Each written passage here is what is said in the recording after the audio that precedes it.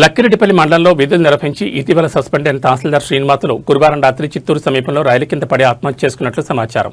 ఈ ఘటన స్థానికంగా తీవ్ర కలకలం రేపింది. ఘటనపై సమాచారం అందుకున్న రైల్వే పోలీసులు మృతదేహాన్ని స్వాధీనం చేసుకుని పోస్టుమార్టం నిమిత్తం తరలించారు.